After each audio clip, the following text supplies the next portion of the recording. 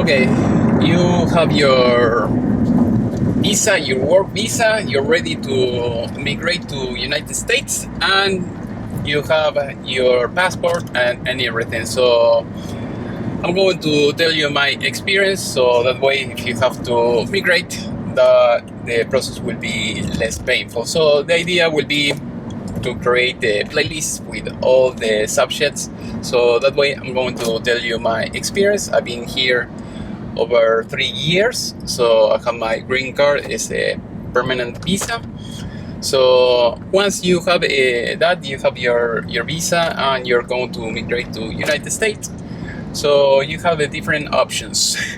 So in this case, if you're living like maybe in Canada or something like that, it might not be that painful, or some country that is close to United States. But if you're in the other side of the world, like it was in my case, I was living in Argentina, you're going to find out that the trips on the airplane are going to be very long, maybe like 12 or 14 hours. So you're going to get very tired, and are also maybe some bored.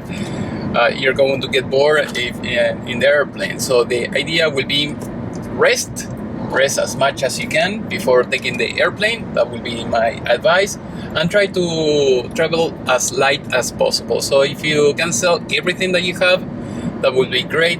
I would recommend you to have like a small bag, maybe with the main things that you need, maybe a computer if you need a laptop, or even though I would recommend just record everything in a small hard drive, external hard drive, and buy a brand new laptop here. Usually outside of United States, you're going to have a better chance to sell your stuff more expensive than here. Here things are very cheap, so you don't need if you come with cash, that is the best option. So once you have done that, you have your little bag with maybe some clothing, just the basic, you are set. So after you have been traveling for a long time, so you're going to be tired. So once you are here with the permit, or with your visa and with the permit, so you can work here like I mentioned before, and this is your first time, you're going to be in one room. They're going to tell you in the airport, okay, go to that place. You have to have like a long envelope with everything that the embassy they're going to provide you. For instance, the doctor in the embassy, they are going, not in the embassy inside, but they are going to tell you, okay, you have to go to this doctor in order to have all your checkups done. So once you have done that, you're going to have the x-rays and everything else in this envelope. So you have to give the envelope to the officer, to the agent, and they will say, okay, just wait there, and you will wait and wait and wait for a long time. So it depends. I think it depends on how many people they have to process when you are getting in, but it may take at least 2 or 3 hours. So, and if you are tired and if you didn't sleep enough before leaving your home, you're going to be compelled to sleep on the floor or on the chair, and that is not going to be very comfortable. So if you can have maybe your cell phone with that, you can check your email, listen music, or listen audiobooks. Like in my case, I like listen audiobooks, so that way you can learn me while you travel here.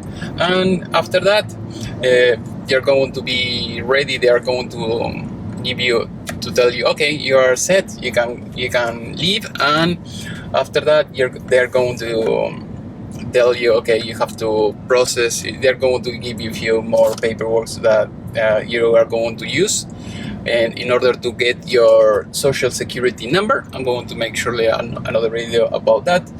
Also, they are going to allow you, with that visa, you're going to be allowed to get your driver's license if you want to drive. I would highly recommend you to get the driver's license. Otherwise, it depends on where you go, but usually in the small towns, you're not going to have subways or public transportation. So if you don't drive, it's going to be very difficult for you. So I recommend you to get the driver's license.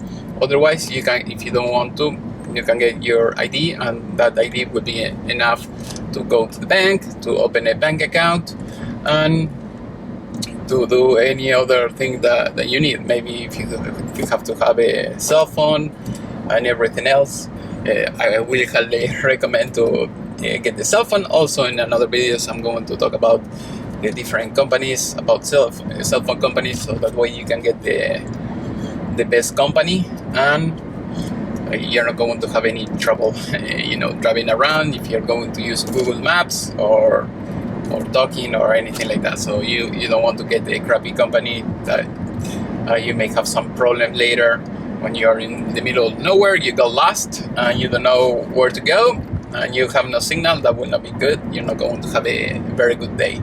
So basically that is the video for today, and I'm going to be making another video. So if you, like I mentioned before, if you want me to talk about any other topic, let me know in the section below, and I'll be continuing making more videos. See you next time.